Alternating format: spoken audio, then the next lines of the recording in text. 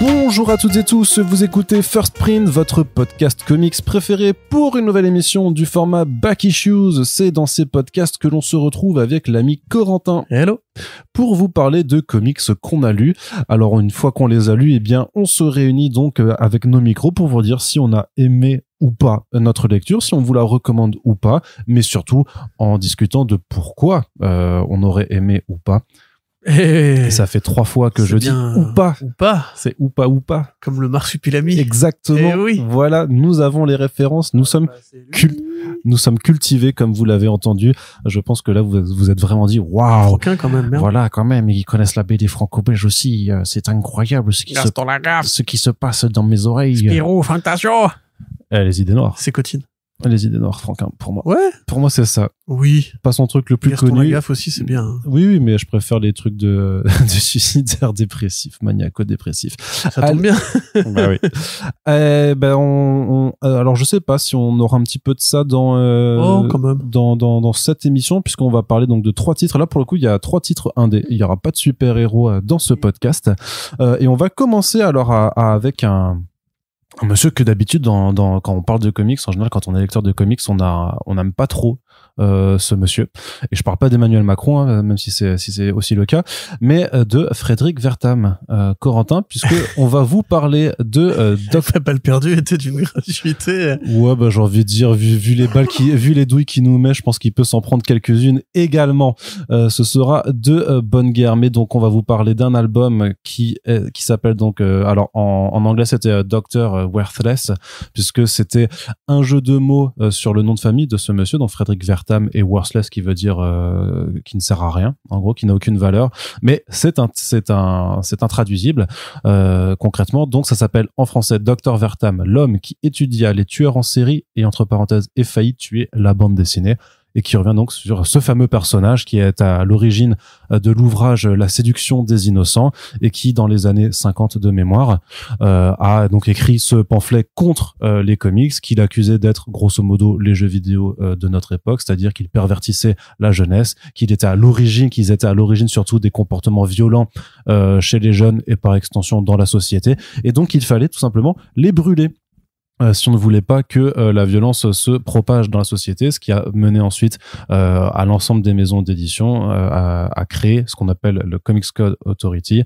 c'est-à-dire un label d'autocensure qui sous un ensemble de règles établissait qu'il ne fallait plus montrer de choses violentes, qu'il ne fallait plus non plus aborder certains sujets de société, voilà, qu'il fallait pas dépeindre les policiers comme corrompus par exemple, enfin voilà, fallait pas mettre de personnages de couleur, pas trop de femmes non plus, et surtout pas d'homosexuels dans les bandes dessinées. Bref, tout un tas de joyeusetés qui ont littéralement fait mourir certaines maisons d'édition comme ici Comics, et qui ont Quoi. Oui, enfin oui. Bah quand même, Gaines a perdu son procès, quoi. Donc. Oui, non, mais bien sûr. Mais ce que je veux dire, c'est que c'est pas que on va y revenir après. Mais voilà, et qui a poussé Marvel et DC à produire des comics très fades de super-héros à cette époque, mais quand même pour certains rigolos, puisque on a des Batman qui va sur des planètes avec des robots géants et qui a un costume. Le Batman du futur. Qui a des costumes de toutes les couleurs de l'arc-en-ciel et tout ça. Donc quelques étrangetés quand même du Silver Age qui participent aujourd'hui à l'histoire des comics,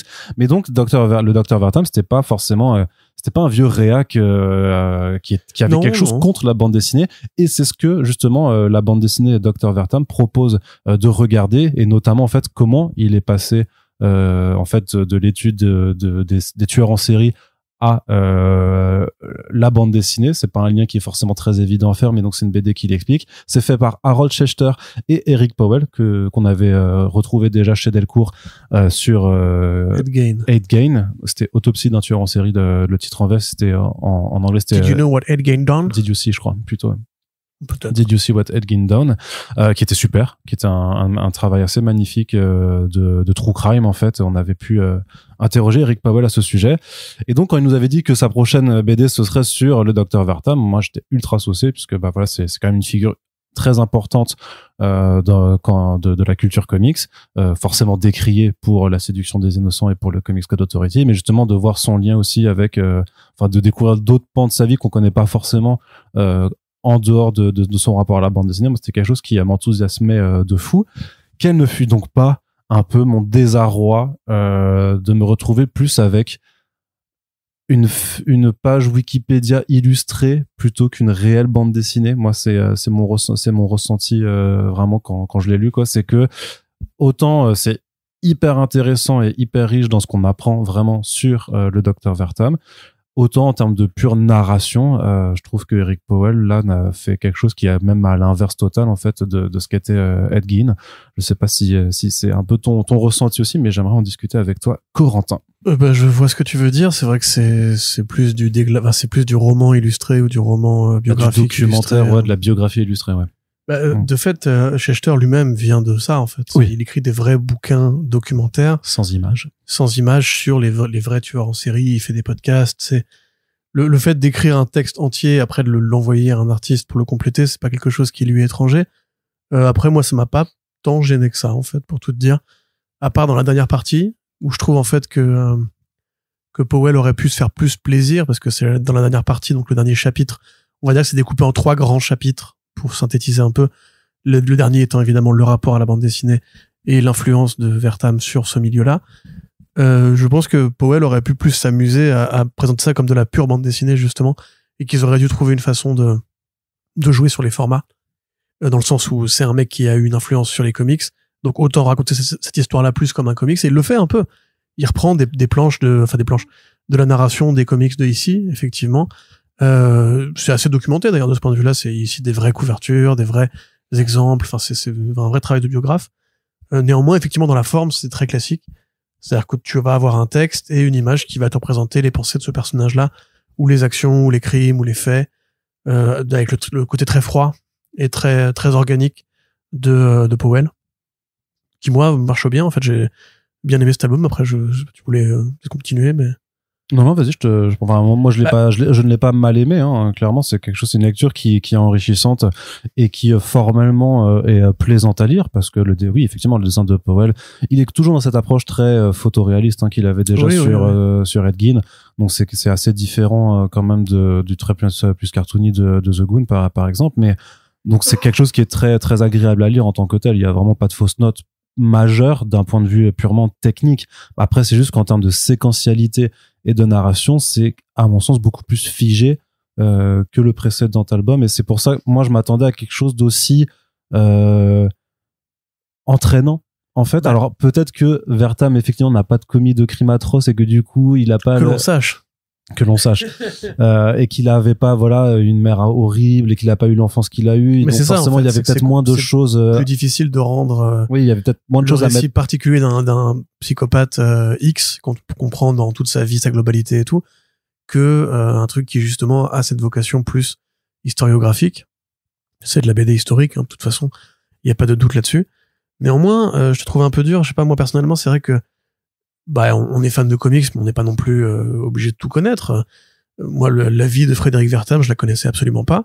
C'est pas quelqu'un qui m'a quelque part intéressé. Je le voyais plus comme une manifestation en fait des esprits de censure de l'époque, des années 50, où c'est les années 50 après la victoire sur les nazis, avec la définition de l'axe du mal communiste et le maccarthisme. On sait que les États-Unis étaient dans une période de grande paranoïa intérieure, puisque ça y est, ils étaient arrivés au sommet de la pyramide mondiale, et donc c'est dans ces moments-là que tu commences à te poser des questions sur est-ce que vraiment on a défini notre mode de vie, comment on va devenir un petit peu justement plus propre après ce qui s'est passé en Allemagne et tout. Donc je me suis pensé que Vertam était juste un psy qu'on avait fait venir, qui avait raconté les conneries qu'on raconte dès qu'on demande son avis à un thérapeute de salon ou de plateau télévisé. C'est ça. Enfin, c'est pas un éditorialiste de CNews. Non, mais c'est encore le cas aujourd'hui. Je veux dire, encore le cas aujourd'hui par rapport au wokisme, enfin, ce qu'on définit comme étant le wokisme aujourd'hui. Ce qui est dit dans cet album-là est encore assez éclairant sur la façon dont, en fait, le peuple peut se laisser avoir par des abrutis, dès lors qu'il se présente avec une carte d'expert, sur un sujet qu'il ne maîtrise absolument pas. Et par rapport à ça, c'est assez intéressant parce que justement, en fait, Vertam est une figure beaucoup plus nuancée, beaucoup plus contrasté que ce que je ne pensais. C'est en fait quelqu'un qui était à l'avant-front alors, c'est pas un très bon thérapeute, c'est un peu ça le problème aussi, c'est que lui, il avait un ego, en fait, c'est quelqu'un qui avait un ego surdimensionné, qui a grandi dans la période du boom de la psychologie, à l'époque de Freud, et alors, c'est en même temps assez rigolo, parce qu'en fait, il y a beaucoup de thèses de Freud qui ont été contestées aujourd'hui, et même la psychologie en tant que la psychothérapie, la psychologie, n'a fait que évoluer, elle continue d'évoluer encore aujourd'hui, d'ailleurs, parce que c'est une science qui n'est pas figée du tout.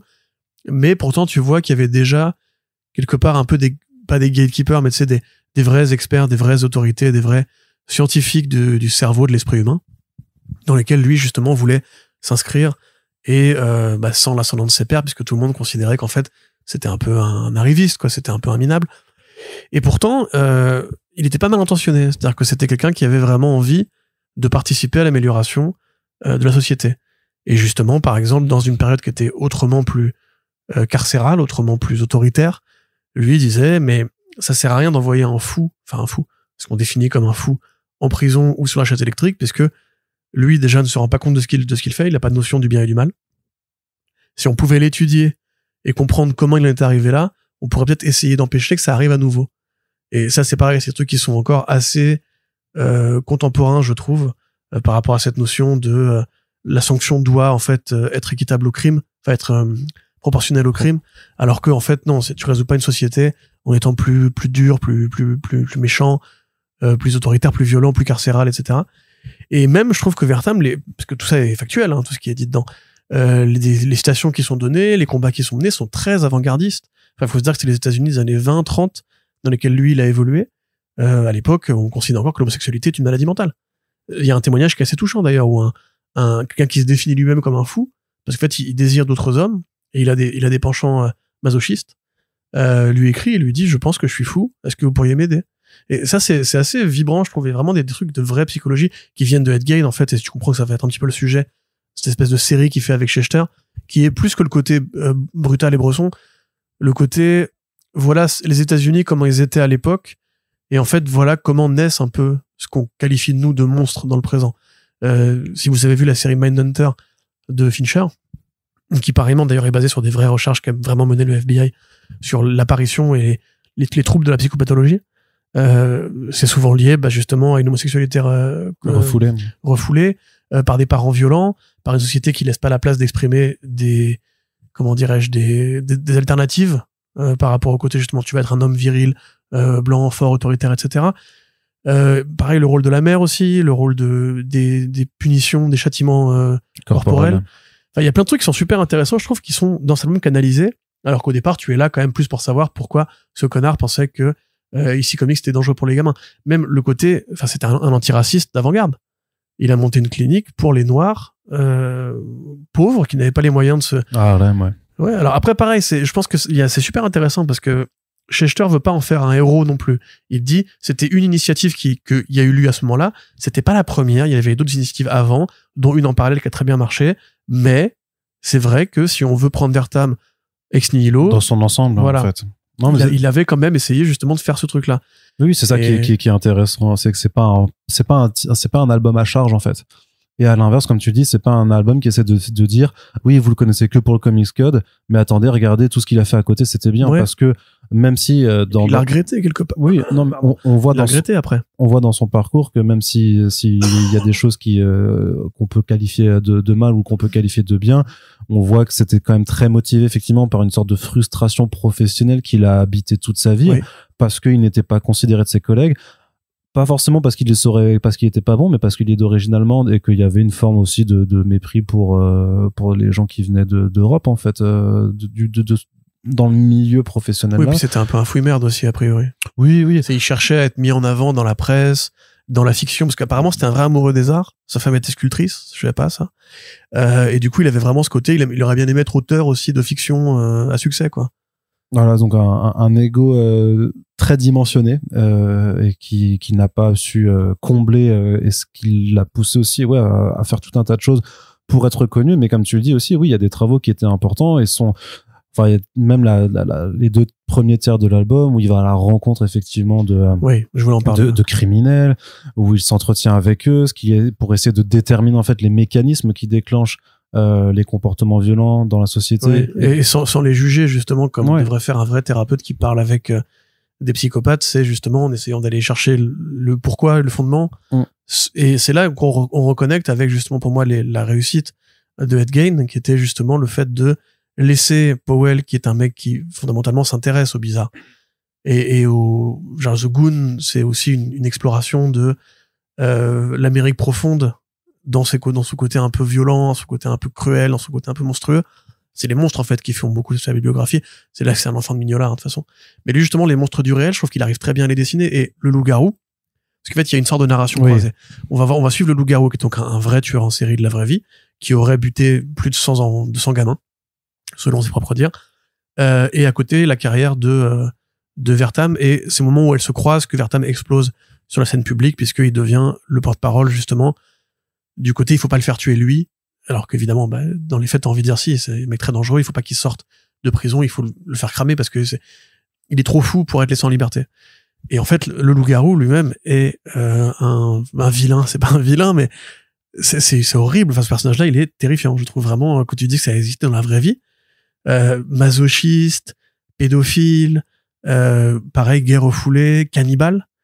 La scène où justement il dit comment il a bouffé la gamine et tout. Enfin, il faut pas lire ça avant d'aller se coucher, entre guillemets. C'est une BD qui peut quand même vous dire. Oui, ça renvoie on parle de tueur en série, donc ça renvoie à des choses très, très sombres. Voilà, c'est à côté Edgen, il avait tué quoi, 4-5 personnes, je crois. Enfin, ouais. Et après le reste, il avait déterré des cadavres. Là, on parle quand même d'un mec qui a sévi pendant 20-30 ans, qui a eu une vie absolument terrifiante. Et effectivement, je trouve que Poel dessine ça très bien, parce que t'as cette noirceur, t'as ce coup de crayon ciselé, vif, l'expression même du visage du personnage quand il décrit tout ça. Et puis le texte qui est terrifiant, enfin vraiment on sent qu'il y a des trucs que Poel n'a pas envie de dessiner quand il explique comment il a coupé la zigounette du gosse et tout. Enfin tu vois, enfin après je vois ce que tu veux dire sur le côté, c'est peut-être trop facile de faire un texte avec un dessin à côté. Néanmoins, pour moi, l'alliance des deux, sachant que tu rentres très vite dans cette promesse, de toute façon, en fait, dès les premières pages, tu comprends que ça va être ça. L'alliance des deux fonctionne plutôt bien. Moi, le vrai reproche que j'aurais à faire, j'en ai 2-3. Premièrement, c'est le degré de séparation. C'est quand tu fais une biographie comme ça d'un mec qui a compté dans l'histoire mais qui ne sera pas non plus retenu d'ici 2-3 siècles, t'as envie de dire qu'il était quand même participé d'une légende historique, nationale, un peu comme Forrest Gump, tu vois, qu'il aurait croisé tout le monde, etc. Là, souvent, on te dit puis il était à la fac avec machin, qui a connu Van Gogh, puis il était avec machin, qui a connu Bidule, etc. Et en fait, il y a beaucoup de name dropping, en fait, qui servent absolument à rien. Parce qu'en fait, le vrai milieu dans lequel Vertam a été important, c'est la psychologie. Et l'autre milieu, c'est la BD. T'as pas besoin de te citer des grandes figures historiques, et il le fait souvent, ça. Genre, il dit, machin, il a croisé Bidule, et c'était ce soir-là que tel acteur qui a joué la pièce, plus tard, on l'a vu au cinéma dans tel film. Tu dis, j'en ai absolument rien à foutre, ça me sert à rien comme info. Et l'autre reproche, c'est justement le fait que, en fait, tu finis l'album sur une partie qui, à l'échelle de ce qu'a fait, en fait, Vertam, paraît presque pas si importante que ça. C'est-à-dire qu'on retient Vertam pour le Comics Code, d'autant que c'est pas que lui, le Comics Code, c'est auto-stipulé, c'est les audiences du Sénat, c'est la presse, c'est le scandale qui avait eu lieu quand un gamin avait été chopé à agresser je sais plus qui, etc. Enfin, il y avait Vertam a été le mec qui a dit, c'est la BD, le responsable, c'est sûr, psychologiquement. C'est l'allumette, mais c'est pas lui qui a réuni la poudre. Voilà. En revanche, les associations de parents en colère, elles étaient déjà là, les censeurs étaient déjà là, les marquartistes étaient déjà là, etc. Mais on le retient, en fait, sa vie pour ça, mais en fait, tout le reste, je trouve, limite, est plus intéressant. En fait, le personnage on nous a décrit jusqu'à l'heure était plus intéressant. De toute façon, c'est le point fort de cet album, c'est que si on ne connaît, parce qu'il y a eu d'autres BD déjà sur Vertam, et même faites en France par Jean-Marc Lenné de mémoire, qui s'appelle Fred William et l'Amazone. Ou alors, je vais retrouver. Sur Marston, du coup? Ouais, c'est les deux, en fait, c'est ça, c'est okay. C'est vrai que c'est assez intéressant parce qu'ils sont contemporains de la même époque, c'était aussi deux chercheurs un peu farfelus. C'était chez Glénat, donc c'est par Jean-Marc Lenné et Thierry Olivier, c'est ça. Donc Frédéric William et l'Amazone, donc il revient alors pas que sur Frédéric du coup, puisqu'il y a aussi effectivement le William Moulton Marston, notamment parce qu'il est aussi il fait aussi de la psychologie, Marston. Oui, c'était un docteur en je sais plus quoi, mais effectivement.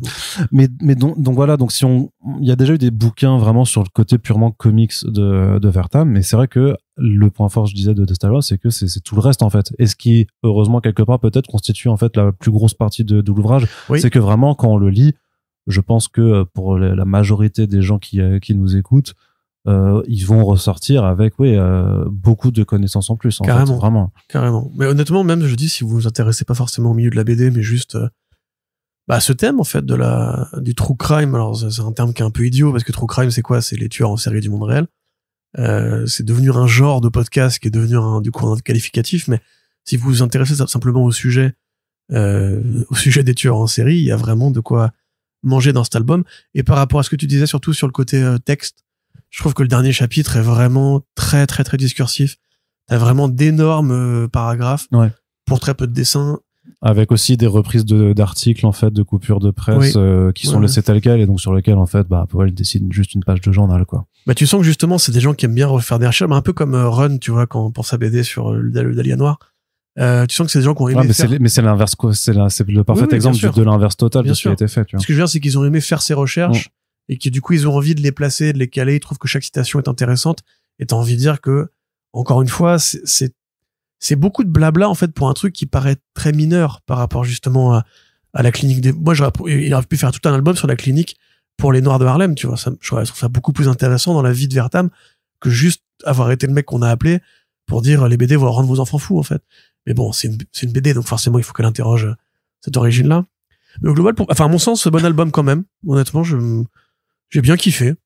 Je comprends tes critiques, mais elles m'ont pas en fait dérangé plus que ça. Par contre, je préfère Ed Gein, bien sûr. À oui, s'il fallait choisir. Mais c'est quand même un truc, non, mais c'est quand même un album que moi je recommande aussi, quoi. Faut juste être conscient d'à quoi s'attendre par rapport, notamment si on a lu le Ed Gein avant, quoi, que c'est quand même une approche un peu différente et que c'est quand même c'est vraiment une biographie documentaire plus qu'une histoire racontée avec les codes du 9e art, quoi. Mais donc c'est disponible chez Delcourt pour 25,50 €. N'hésitez pas à vous le procurer en librairie, en bibliothèque, à l'emprunter à votre pote. Et si vous passez dans les notes de la description de ce podcast, vous pouvez également le commander chez nos partenaires. On passe à la suite, on reste dans l'indé donc avec Hélène de Winhorn. Donc le titre de Tom King et Bill Quist, Heavily, paru chez Glénat, donc en édition hors collection, parce qu'il n'y a plus de label Glénat Comics en tant que tel, sauf pour Lady Mechanica. C'est sorti au mois d'octobre, tout simplement. Corentin, oui. on attendait beaucoup ce titre quand même qu'il arrive, qu'il se présente en VF, puisque, enfin toi je sais pas, mais moi Bill Quist Heavily, c'est quand même une de mes dessinatrices favorites. Clairement, je pense que c'est une des plus fortes dans l'industrie actuellement, aux côtés de Becky Cloonan, Tula Lotte, Elsa Chartier, entre autres. Oui. Joel Jones, Joel Jones, Soro Good, enfin voilà, ça c'est toutes mes dessinatrices que j'aime beaucoup. Et alors, qu'est-ce qu'on en retient de cet album, Corentin? Est-ce que tu peux nous le présenter un petit peu? Bien sûr. Alors, sachant, cet album, je te coupe juste avant de reprendre, mais pardon. C'était rapide. Oui, désolé. Non, mais que Bill Quist a en plus eu un Eisner Award de cette année, notamment pour ça, quoi. Mais moi, je l'ai beaucoup vu, dans les, ou à BDNet Nation, à la Fnac, etc., recommandé, coup de cœur machin, coup de cœur bidule, etc. J'avoue, je m'explique pas trop, mais je te jure que moi, tu sais, je suis en train de recueillir les votes pour le prix des libraires. Hélène revient beaucoup dans les sélections. C'est un album qui pas à comprendre, mais plébiscité en France. On va en parler de toute façon. Donc c'est l'histoire d'une jeune. Alors c'est l'histoire d'abord d'une comment on dit. Non mais je cherche le mot quand tu es la gouvernante. Voilà, oui. D'une gouvernante qui est envoyée à la demande d'un riche propriétaire terrien pour chercher sa petite fille qui est donc partie en vadrouille aux États-Unis. Petite fille en question qui était la fille d'un auteur à succès. Un auteur qui est très largement inspiré par Robert E. Howard et un peu aussi Philip Lovecraft, mais en plus c'était un baroudeur, alcoolique, bon vivant, et il a écrit en fait une longue saga littéraire sur un barbare dans un monde façon le monde de Narnia, façon Conan le barbare, façon monde de fantasy en fait, voilà, tout simplement. Plus Howard que Lovecraft. Moins misanthrope quand même, quoi. Donc. Mais ça participe du même un petit peu tissu justement les auteurs de avant la guerre, etc. Et on va en parler. Donc, l'adolescente en question s'appelle Hélène, donc du domaine de Winhorn. Elle est ramenée à la maison. Une fois sur place, elle va devoir affronter un peu le deuil de son père avec beaucoup d'alcool, de la cigarette, un esprit de rébellion un peu. Et le maître, son grand-père, donc du château, n'est pas forcément toujours présent. Quand il réapparaît, il emmène Hélène dans un monde de fantasy, le monde qui est décrit dans les romans de son père. Et on comprend que tout ça nous est narré de voix apportée par un écrivain qui justement veut faire des recherches sur l'héritage littéraire et stylistique de l'auteur en question, de l'auteur qui est mort. C.K. Cole. Voilà, C.K. Peut-être un rapport avec C.S. Lewis, celui qui écrit Narnia, enfin bref. Donc, ce mec-là, en fait, veut écrire un bouquin sur le monde de Winhorn, entre guillemets.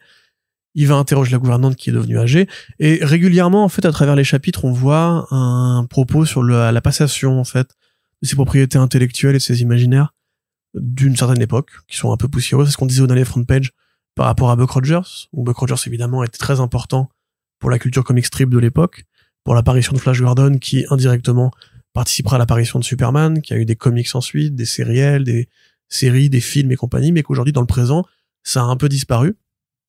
Bah, la saga littéraire de Winhorn, on va dire, c'est la même chose. C'est-à-dire qu'en fait, elle était très, très utile au niveau du pulp, au niveau de cette culture d'avant la guerre. Mais aujourd'hui, à l'époque où le comics est écrit, elle a moins d'intérêt, elle a moins d'importance. Donc voilà pour le pitch. Alors pour les thématiques, c'est assez simple, effectivement. Ça évoque cette transition justement du savoir et de la culture à travers les générations, et au sein de la fiction, puisque c'est un grand-père qui présente à sa fille le monde que son père a inventé, ou son père a imaginé plutôt. Donc c'est littéralement une fille qui voyage dans l'imaginaire de son père, et lequel étant lui-même le fils de son père, c'est-à-dire que son grand-père est un peu le héros mythique de cette contrée-là. Donc ça, c'est assez intéressant. Il y a un rapport au deuil aussi qui est assez prégnant, qui est à mon sens très mal fait. Il y a un rapport à la dépression, à l'anxiété, avec toujours ce côté un peu alcoolique et prétentieux. Je suis désolé de le dire, mais il faut quand même utiliser le mot prétentieux de l'écriture de Tom King, dans un décor extrêmement beau, extrêmement soigné, extrêmement chatoyant, extrêmement floral, extrêmement paysage. Herbeux aussi, ouais. Herbeux, et ça reprend tous les codes de Conan le Barbare, la taverne, les pirates, la montagne, les dieux, etc. Alors, j'ai conscience que quand les gens nous écoutent, parfois ils pensent qu'on cherche un peu la petite bête. Surtout toi, hein. Surtout moi. C'est toi le savant. Parce que de fait, c'est pas moi qui ai forcément inventé ce truc-là, mais en France, on a cette théorie qui dit que c'est les auteurs, en fait, qui sont les maîtres de la création, et qu'il faut comprendre une œuvre non pas comme un objet unique et isolé, mais comme faisant partie d'un grand tout. Ça, c'est la théorie des auteurs. Par exemple, c'est pour ça que quand je parle de Jenny Sparks, de Tom King aussi, j'ai forcément un peu de poussière, moi, sous les bottes, puisque j'ai lu quasiment tout Tom King auparavant, et donc, je suis obligé de comparer ce travail-là avec ce qu'il a fait précédemment pour voir si c'est pertinent, non, intelligent. Pas de le comparer, mais de le mettre en contexte. Voilà, s'il se renouvelle, s'il a déjà évoqué certains sujets, etc. Là, pour le coup, Hélène de Winhorn ressemble beaucoup à Supergirl, Woman of Tomorrow, puisque c'est la même équipe créative déjà. Tout à fait. Quand Supergirl commence, elle a 21 ans et elle va se mettre une race sur une planète où elle peut se mettre une race, ouais. Parce qu'il y a un soleil rouge. Exactement. Et on sent que Tom King, ça lui parle, ça, l'adolescente alcoolique, l'adolescente autodestructrice, qui exprime sa dépression, son sentiment de solitude ou son incapacité à se projeter en tant qu'adulte dans la dépendance. Bon, alors ça, c'est un thème de son travail. C'est comme ça qu'il faut, pour moi, l'aborder. Néanmoins, dans Supergirl, ça prend quelques chapitres. Tu me dirais dans Winhorn aussi, mais c'est une BD qui est beaucoup plus courte. Ici, je trouve ça extrêmement raté, par exemple. Je trouve ce personnage insupportable. Tête à claque absolue. C'est une chose aussi chez Tom King, la clope est cool chez Tom King. Voilà, ça, il a encore ce vieux réflexe. La clope, c'est stylé. Après, c'est aussi le contexte des années auxquelles ça se passe, quoi. Jenny Sparks, ça se passe dans le présent, et pourtant, c'est clope sur clope, et ouais, mais elle te fait 45 fois la réplique des cigarettes. C'est le côté, on est dépressif, donc on fume. Bah oui, mais ça, tu vois, je trouve ça un peu idiot, en fait. C'est parce qu'on va dire tu te réfugies pas dans la clope quand t'as des coups de mou, toi? Pas parce que non, ça me provoque pas un coup de mou. Moi, je suis accro à la nicotine. C'est pas un problème. Okay, c'est pas une béquille, tu vois. Oui, mais moi, je sais que j'ai des tendances. J'ai tendance à. Je vais me faire une bonne bouffe ou. Moi, je sais que personnellement, quand j'ai eu des gros coups de mou, mon premier réflexe, c'était de me réfugier là-dedans. Peut-être que c'est ça pour lui aussi. Peut-être que c'est un ancien fumeur et qu'il craque quand ça va pas, tu vois. Néanmoins, ça reste quand même mal fait. C'est-à-dire que le grand-père qui envoie à sa petite fille un paquet de clopes. Pour l'inciter un peu à cultiver cet instinct de la révolte, parce qu'il y a de ça aussi, tu vois, il y a le côté où Hélène, c'est une rebelle, en fait. C'est une rebelle parce que son père était un rebelle. Et donc son grand-père lui envoie un paquet de cigarettes pour lui dire, continue, c'est bien ce que tu fais. En encourageant des comportements destructeurs, en fait, que je n'arrive pas à comprendre chez Tom King, de la même façon que l'alcool, où quand il lui fait visiter la cave et qu'elle se siffle une bouteille de Dom Pérignon 826 et compagnie, peut-être que dans l'esprit de Tom King, ça c'est cool, en fait.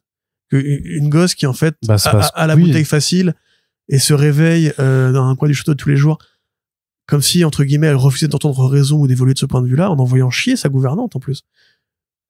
Je n'arrive pas à comprendre, en fait, ces codes qui, pour moi, sont vraiment d'un autre temps, pour un mec qui, justement, pourtant connaît la santé mentale.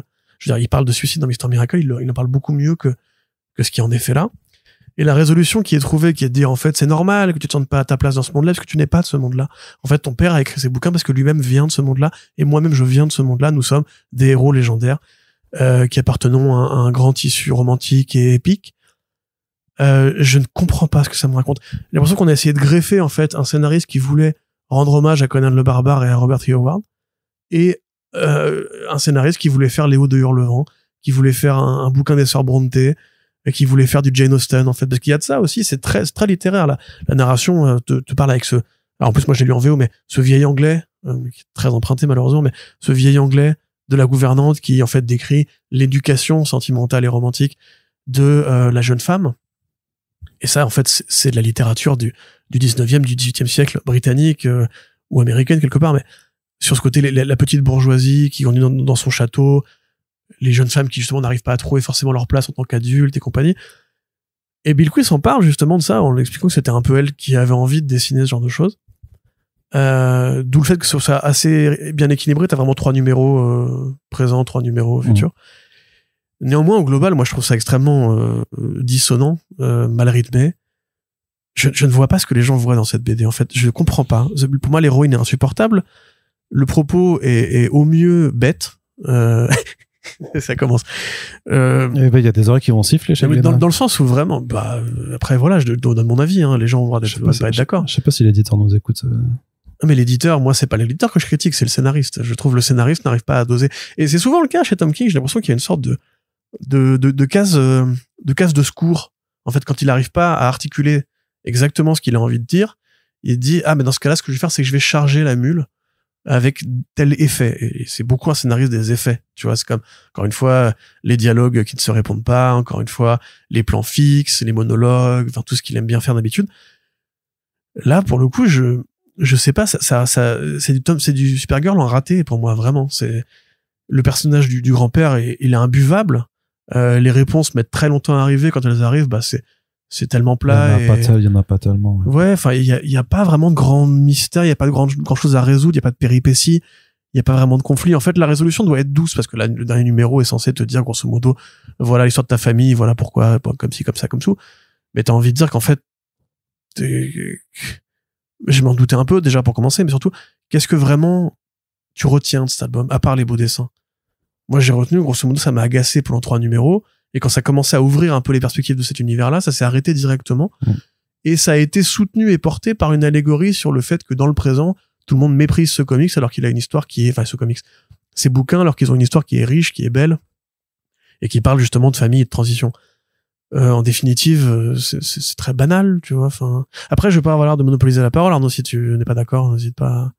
Non, le problème, c'est que je suis pas foncièrement en désaccord avec toi, surtout sur le fait que la première partie est hyper répétitive, en fait. À partir du moment où on t'explique que dans son malheur et dans sa phase dépressive, son délire, c'est d'aller juste choper des bouteilles de vin et de se murger la figure tous les jours, j'ai l'impression que ça prend une place beaucoup trop importante dans le récit par rapport effectivement à la suite. Et ouais, les 3 premiers numéros, la première moitié, c'est juste, oui, en fait, on la suit, oui, on a compris qu'elle se murgeait la gueule et qu'elle va pas bien. Et c'est vrai que ça met très très longtemps à s'installer. Et par la suite, oui, je partage aussi ce sentiment de où est-ce que cette histoire nous mène. Qu'est-ce qu'elle nous apprend concrètement, et même d'un point de vue purement aventure, en fait, il se passe pas non plus grand chose, parce qu'en fait une majorité des aventures se passent hors champ. T'as un moment effectivement où elle revient blessée, mais on n'a pas vu en fait cette blessure, donc on a du mal à s'attacher à cette forme d'enjeu, à se dire mince, elle va pas bien, c'est grave et tout, mais en fait moi je me suis pas attaché parce que je l'ai pas vu forcément combattre ou quoi que ce soit. Donc il y a un vrai problème de rattachement au personnage. Et donc, en conséquence aussi, à ce que Tom King essaie de nous dire, qui, fort heureusement, est contrebalancé par le dessin de Bill Kusevli, qui, faut quand même le dire, est sublime. C'est trop beau. C'est vraiment, c'est d'une beauté à toute épreuve, et le choix qu'ils ont fait d'ailleurs pour la couverture est incroyable. Et c'est pour ça aussi, ils ont fait une édition spéciale. C'est la scène avec le bateau, par exemple. C'est la grande splash page avec le bateau. Elle est assez merveilleuse pour le coup. Non, et puis ils ont fait une édition pour le coup agrandie, noir et blanc, qui, à mon avis, est du plus bel effet. Faut que j'aille la récupérer parce que oui, c'est une claque graphique dans tous les sens du terme. Mais c'est vrai que c'est dommage que le script ne soit pas à la hauteur du dessin. Parce que vraiment moi je serais vraiment curieux d'avoir l'avis des gens qui ont apprécié, qui sont nombreux en plus, je me demande si les libraires ils ont pas kiffé, parce que c'est quand même un livre qui parle de livres aussi, donc quelque part ça, il y a un affect aussi avec ces thématiques et ce genre de choses, quoi, sur peut-être les graves aventures littéraires. Et peut-être que c'est nous qui cherchons trop à à ce qu'une BD raconte quelque chose. Il y a des BD qui sont juste Alors, c'est vrai qu'on a dans cette le tendance. développement, tu vois, d'une aventure. Moi, je te suis parce que je suis un énorme suiveur, mais c'est vrai que t'as cette tendance, et c'est pas un reproche, tu vois, mais effectivement, à aller beaucoup intellectualiser parfois des choses qui n'ont pas forcément cette vocation, et peut-être que là, en fait, t'en as trop demandé à Tom King par rapport à d'autres récits qu'il a pu faire. J'aimerais, t'as raison, peut-être effectivement que c'est ma faute. Par contre, non, mais c'est pas une faute. Je réfute complètement le mot intellectualiser. Demander à ce qu'une œuvre raconte quelque chose, c'est pas l'intellectualiser. C'est le fondement même d'une histoire. C'est les tableaux racontent une histoire, les photographies racontent une histoire, et les mecs ils vont me dire, mais j'ai pris une photo de mon chat l'autre jour, ça racontait aucune histoire, hein. Peut-être, mais en l'occurrence, tu ne te définis pas comme artiste ou auteur. Tom King, dans Mr. Miracle, c'est pas juste l'énième guerre entre Darkseid et le Highfather. C'est l'histoire d'un père suicidaire. Ça raconte sa vie à lui.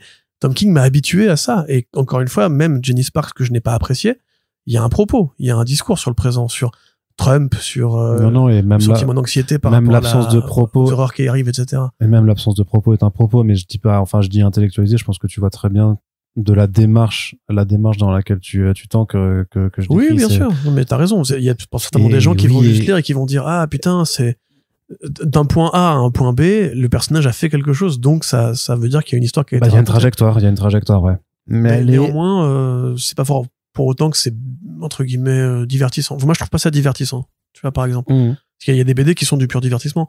Là, moi, j'ai l'impression qu'on cherche quelque chose qu'on ne trouve pas, en fait.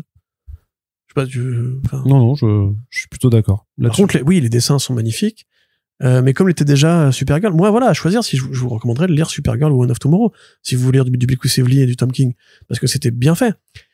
Et que là, en l'occurrence, je te dis, pardon, excusez-moi. Et c'est dommage, parce qu'en plus, Tom King sait écrire du féminin en cas d'identité. Love Everlasting, qu'est-ce que c'est sinon du féminin en cas d'identité? Et c'est 10 fois plus articulé, mieux compris, et c'est aussi une étude sur des formes artistique perdu, parce que c'est l'application en fait théorique de ce qu'étaient les comics de romance des années 50. Et franchement, mais lisez le peu de bruit qu'a fait Love Everlasting par rapport à la qualité que c'était, alors qu'on voit qu'effectivement, comme tu dis, que c'est, hein. Quand on a fait la news pour dire que Glénat allait publier Windhorn, beaucoup de gens étaient contents, beaucoup de gens étaient, je l'attendais celui-là, etc. Alors ça peut probablement venir du dessin, hein. Mais Love Everlasting, c'est 10 fois plus réussi que ce truc-là. Et c'est plus long, c'est plus long. Ça a plus de place pour développer son idée. Donc, moi, j'arrive pas à comprendre. Vraiment, j'arrive pas à comprendre. Achetez les tomes chez Urban pour qu'on... Et je serais ravi d'écouter vos avis, puisque je suis évidemment ouvert à ce que j'ai tort, hein. Bien sûr, il y a pas de souci. Arnaud, une blague? Toujours pas. D'accord. Peut-être que j'ai loupé un truc, c'est probable d'ailleurs, parce que, effectivement, comme ça arrive parfois, tu sais, ça arrive parfois juste qu'une BD ne te touche pas particulièrement. Oui. Comme il y en a d'autres, hein, dans l'histoire de ce podcast. Rappelle-toi de notre feuille sur It's Lonely, tu vois, qui te touche pas autant que ça me touche, que Somna par exemple, Grand Prix First Print 2025, mais que tu ne veux pas, voilà, que tu n'aimes pas particulièrement, ou tu vois, il y en a d'autres en fait, ou à l'inverse, Spaceman, que tu trouves absolument génial et sur lequel moi je m'amuse à te taquiner généralement, alors que j'aime bien aussi. Mais je l'ai bien sûr que je l'ai lu, je l'ai lu, bien sûr. Après, It's Lonely, je trouvais ça bordélique, mais ça racontait vraiment un truc, tu vois. Oui, non, mais ça racontait plein de trucs. Mais parfois, voilà, on peut passer à côté de certains bouquins, ce qui n'empêche pas de les apprécier, quoi. C'est vrai que moi, ça m'a laissé sur ma faim, en fait, surtout. C'est vraiment cette question-là, c'est de me dire, effectivement, il manque, alors que dès la couverture, t'as vraiment l'impression d'avoir quelque chose qui est dans l'aventure avec un grand A, mais je trouve que justement, cette aventure, elle est pas comptée dans le bouquin. T'as juste des prémices, la conclusion, mais en fait peut-être ce pourquoi tu viens ou ce à quoi tu t'attends, là pour le coup Tom King et Bill Kuis ne le donnent pas. Donc en l'occurrence c'est plus de la faute de Tom King parce qu'il aurait pu écrire les scènes en question. Donc voilà, un peu déçu sur le plan de l'histoire. Et puis il y a peut-être aussi encore une fois cette lassitude, parce que nous effectivement on attend beaucoup de Tom King. Et là, ça fait quand même projet sur projet. Je crois que Tom, ça doit être aussi un des rares où j'ai vraiment tout lu aussi. Voilà. Presque, quoi, tu vois, là, par exemple, sa Wonder Woman, je la trouve super. Pour le coup, il y a pas de doute, mais c'est vrai, quand tu la lis, t'as quand même un goût de, j'avais déjà eu ça dans Batman, par contre. Au niveau du travail de la mais tu sais, c'est comme avec Jeff Lemire aussi, quand c'est des gens qu'on suit comme ça, dont on lit à peu près tout, oui, les auteurs se répètent aussi, ça fait partie de, voilà, Rick Remender a aussi ses marottes, puis il y a des périodes de mieux et de moins bien. Rappelle-toi, Brubaker aussi, alors, c'est là, faudra qu'on reparle du nouveau Criminal, mais, Brubaker et Phillips. La Maison des Impies aussi, on n'en a pas parlé. On n'en a pas parlé, c'était l'an dernier déjà, ça. Bah, je sais. On n'en a jamais parlé. Je suis sûr qu'on en avait parlé. On n'a pas parlé. On a parlé de Where the Body Was, qui était le dernier. Ouais. Là où gisait le corps. Mais la Maison des Impies, on pourra en parler, mais pour moi, c'était le même problème que là où je disais le corps, quoi. Bah oui. Enfin bon. Tout à fait. Donc, si ça vous intéresse quand même, Hélène de Windhorn, c'est disponible chez Glénat. Je crois que c'est 23 € pour la version normale et 30 peut-être pour la version collector en noir et blanc. Tu l'as fait à l'Alsacienne, là, c'est bon. À l'Alsacienne. Si t'as dit de Windhorn. De Windhorn? De Windhorn. Windhorn. Oui, c'est vrai. Mais je sais pas pourquoi je le prononce comme ça. Hélène de Windhorn. Hey yo, c'est chez Hélène. C'est chez Glénat pour 23 € et 30 en version noir et blanc. Vous pouvez donc vous procurer comme ça. Et si vous n'êtes pas super chaud après nos avis, n'oubliez pas que je pense qu'il y a sûrement des bibliothécaires qui, à mon avis, l'ont commandé parce que c'est quand même un ouvrage qui a bonne presse au-delà de notre modeste podcast. Et donc on va terminer déjà ce Back Issues avec la série C'est où le plus loin d'ici, paru chez Casterman de Matthew Rosenberg et Tyler Boss. Série très atypique, toujours en cours de publication de l'autre côté de l'Atlantique. Et qui donc dans 2 tomes sont arrivés à intervalles très restreints chez Casterman. Le tome 1 était sorti fin août, le deuxième début septembre. Il y a eu 2 semaines d'écart. Ils sont allés très très vite en plus avec un premier tome qui est assez épais.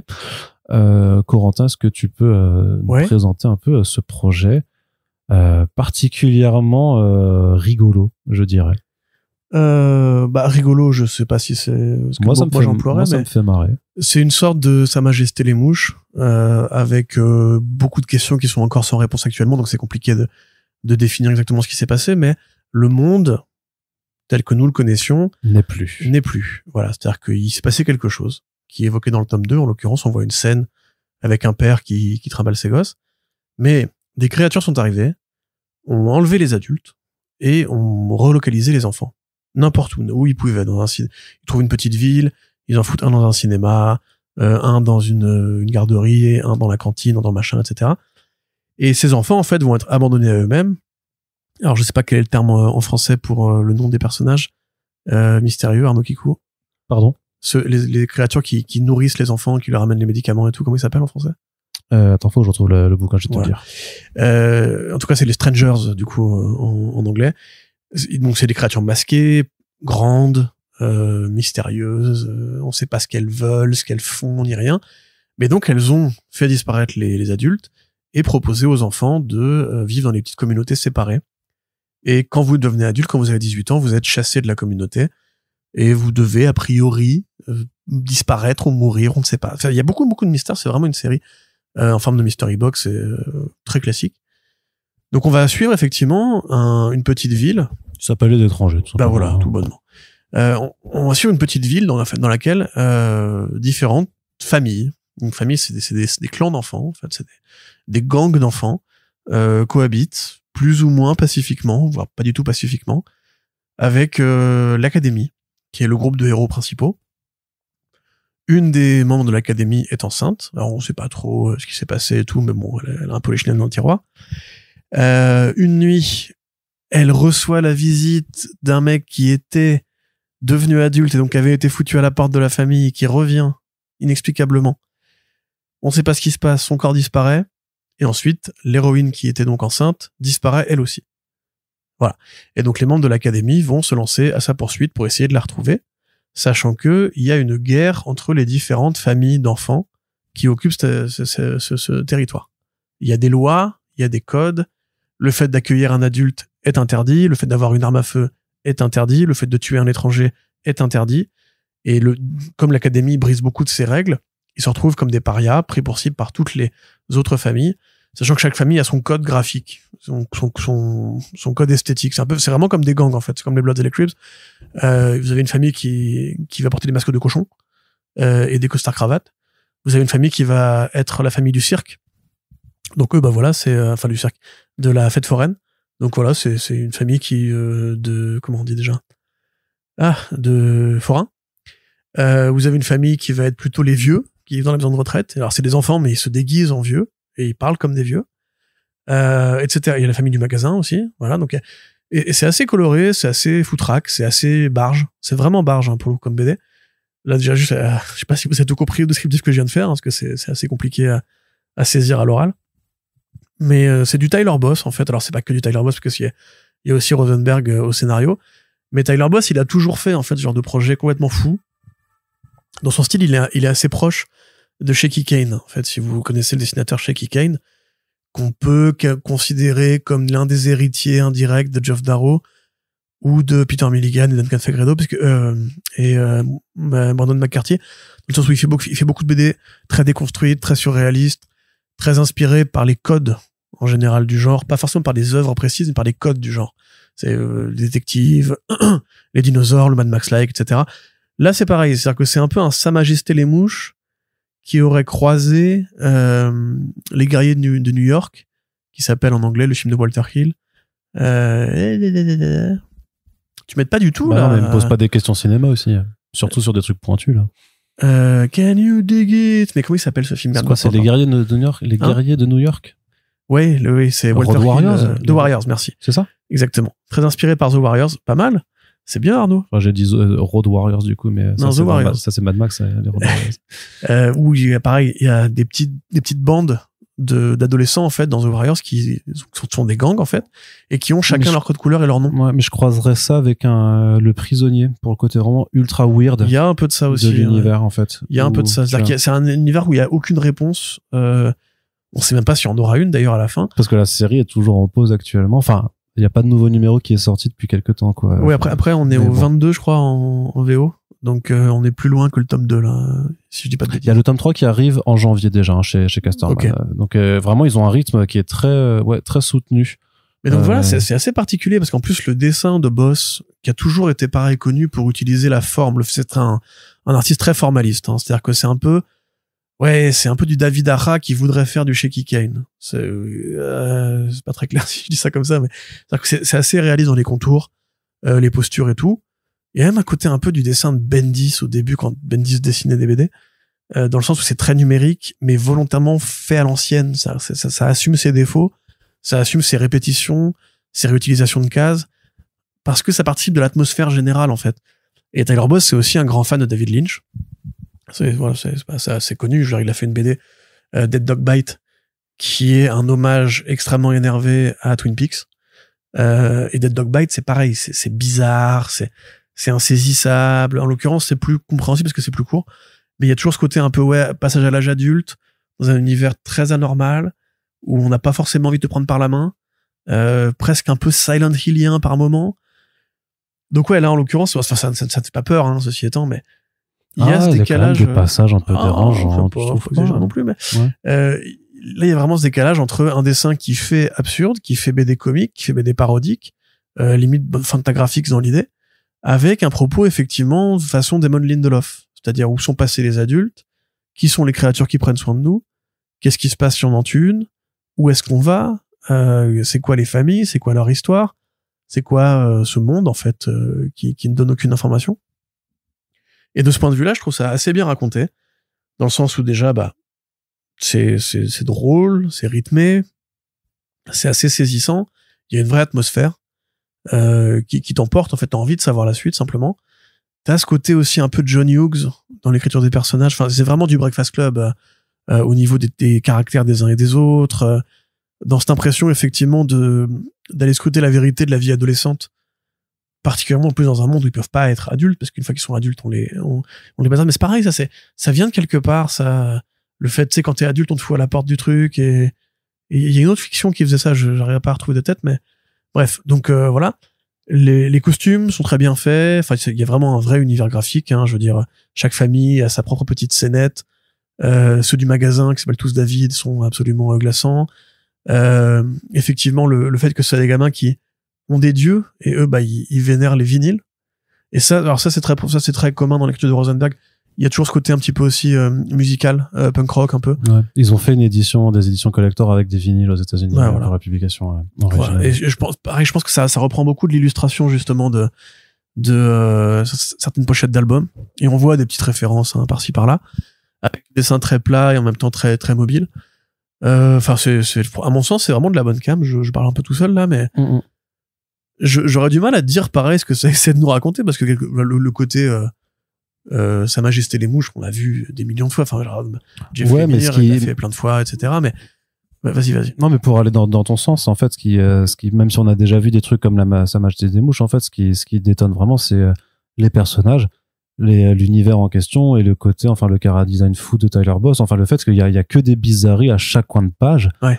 Et que c'est ça qui rend le truc génial, c'est parce que oui, t'es perdu un peu, parce que tu sais pas dans quelle direction ça va aller, et justement, ça prend pas mal de directions assez surprenantes, mais à chaque nouvel endroit rencontré, dès qu'on rencontre aussi une nouvelle faction adolescente et tout ça, bah, c'est la porte ouverte à tout et n'importe quoi, et c'est pas, et pas dans le sens que c'est pas bien, en fait, justement, parce que tu ne pourras que être surpris au fur et à mesure de ton avancée dans le récit.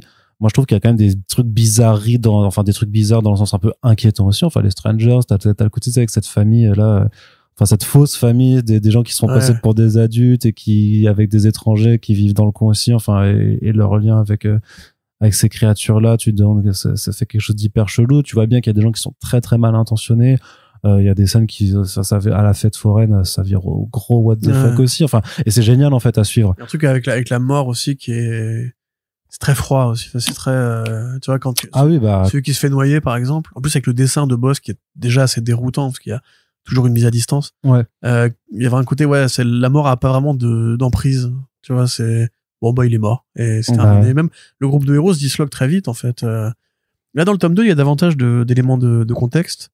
On voit, en fait, le passé de comment l'académie a été formée. Il y a davantage de dessinateurs qui sont invités aussi. Donc, ça amène de nouvelles couleurs un peu, à la mise en scène générale. Moi, je sais pas où il va, parce que moi, je suis à jour en VO, mais je sais pas où va le tome 2. Enfin, jusqu'où va le tome 2. Non, en fait, mais je sais pas parce que, en fait, on voit les animaux encore ou... Non, mais en fait, le tome 2 de la VF, je pense que c'est comme pour l'édition américaine, c'est pas, en fait, à la suite. Parce qu'en fait, les passages du passé avec les autres dessinateurs, ils ont été complets dans le tome 4. Ah mince! Du coup, je vais rien spoiler, du coup, quelque part. Ah non, ne spoil rien du tout. Faut que je vérifie, hein. Donc là, il y a bien les animaux dans celui-là? Ou pas? Arnaud qui fouille c'est qu'avec Tyler Boss, donc ils ont bien suivi la publication VO, quoi. Donc tout ce qui est avec le passage dans le passé, tout ça, ce sera le tome 4. D'accord. Là, ça suit l'intrigue vraiment, l'intrigue principale, quoi. Mais non, c'est comme ça qu'ils l'ont fait aux États-Unis, parce que vu que le tome 4, du coup, en fait, c'est un tome flashback. Et il y a aussi le numéro 19 qui est inclus, parce que je pense que ça, je sais pas si toi tu l'as lu du coup, si t'as jour ou pas, mais j'imagine que c'est un numéro qui se lit tout seul et qui introduit peut-être la suite après, quoi. Tout à fait. Donc c'est pour ça. Voilà. En tout cas, du coup, voilà. Bref, c'est peut-être effectivement plus intelligent de faire comme ça, parce qu'en VO, ça prend quand même un peu son temps, ce passage flashback. Mais c'est dommage parce que du coup, c'est assez intéressant pour comprendre, enfin, pour mieux, Justement, on est de retour dans la maison avec les faux adultes dans ce tome 2 là. Pour mieux récompenser, entre guillemets, le fan qui se posait des questions. Mais c'est marrant de le faire plus tard, du coup. Comme disait, c'était les plans d'Image Comics, mais ça permet d'avoir quand même plus comme tu le disais, de révélations, d'explications, parce qu'on voit quand même ce qui se cache sous l'apparence des étrangers. Il y a quand même plus d'avancées de ce point de vue là, quoi. Et puis on sent qu'il y a un plan de bataille, c'est effectivement des bons dialogues, pas mal de bonnes répliques aussi. Enfin, il y a de l'humour en plus, c'est ça qui est assez rigolo. Il y a quand même un vrai côté sarcastique et même un peu paternel de voir ces gamins qui en fait s'inventent un peu des vies d'adultes. Avec des personnages qui s'envoie chier constamment. C'est toujours très marrant. Ouais. Il y a des vraies évolutions de personnages en plus dans ce tome 2. Pour moi, c'est un petit banger, quoi. Enfin, mais après, j'aime beaucoup Tyler Boss. Je sais que c'est personnel parce que, à l'inverse d'Hélène de Windhorn, c'est une lecture qui est pas du tout universelle. C'est où le plus loin d'ici, c'est vraiment de la BD pour les gens qui aiment bien quand César Bille, quand tu vas pas avoir d'explication, parce que c'est ça le plaisir aussi, c'est d'avancer un peu dans l'ombre, et les mondes entiers bâtis sur une interrogation. Avec justement, en fait, l'idée que c'est les personnages qui vont être le cœur de la motivation du lecteur, plutôt que la découverte systématique d'un nouvel élément, d'une nouvelle réponse et tout. De ce point de vue-là, c'est effectivement très Lindelofien, enfin, c'est très Leftovers Lostien, mais fait par un mec qui aurait effectivement grandi avec les bouquins de Shaky Kane, et qui aurait adoré, ou un peu même de Darrow, je veux dire, il y a ce côté un peu absurdiste et très coloré, un monde qui a beaucoup de références musicales, beaucoup de références cinématographiques. C'est assez proche, effectivement, de cette espèce d'école de génie de l'absurde non consenti. C'est-à-dire que c'est pas fait pour être... C'est pas une blague, en fait. Il y a de la blague dedans, mais c'est pas une blague. Ce que vous lisez est sérieux. Par contre, c'est quand même fait par des mecs qui ont beaucoup d'humour, et du coup, ça perce le récit. Et puis c'est très bien rythmé aussi, je trouve. Ouais, je l'ai dit sur tu te fais jamais chier. Le découpage en fait des chapitres ne suit pas du tout de structure linéaire, c'est-à-dire que ça n'a pas une pause toutes les 20 pages. Il y a des chapitres qui font 8 pages, d'autres qui en font 16. C'est chapitre, une page de page, chapitre suivant, chapitre suivant. C'est un peu à la Christopher Priest. Ouais, et même dans l'édition, pour le coup, en fait, il n'y a pas de page de séparation avec les couvertures, donc c'est vraiment, on lit tout d'un trait, c'est vraiment, et tu vois que ça a été quand même s'il y a un découpage en single issues, pour la publication originale, c'est quand même pensé comme un récit fleuve, quoi. Vraiment, il y a pas de truc, et ça ferait une super série télé. Ça permet, non, c'est pas le cas, mais ça permet quand même d'apporter une forme de fraîcheur aussi, en fait, par rapport à des lectures plus balisées, en fait, où la structure narrative suit des codes qu'on a l'habitude d'avoir. Là, ça participe à ce que je disais avant sur ce côté effet de surprise, effet de direction, on sait pas où on arrive, et c'est ça qui est super cool. Ça rend le chemin très plaisant à suivre. Et en plus, on l'a parcouru. Le chemin, on a creusé la distance, et je te aide de tout mon cœur. Tu me hais? Pourquoi tu me hais? Non, je t'aime, toi. C'est pas pareil, c'est de l'amour. C'est pas de la haine. Et donc voilà, donc c'est où plus loin d'ici, 2 tomes disponibles chez Casterman, le premier à 25,95 et le deuxième à 20, puisqu'il est un peu moins épais, mais les deux sont quand même de bons moments de lecture. Nous, c'est recommandé chaudement par la rédaction. N'hésitez pas à y jeter un œil si ça vous intéresse. Et on en a terminé pour ce Back Issue. On espère que ça vous a plu. N'hésitez pas à nous dire ce que vous avez lu récemment. Est-ce que vous avez envie de lire certains des bouquins chroniqués ou non après nous avoir écoutés? Vous pouvez poursuivre la discussion sur nos plateformes, sur notre site internet et sur notre Discord, bien entendu. Merci à toutes et tous de nous avoir écoutés. Puis on se dit à très bientôt pour le prochain podcast. Salut! Salut!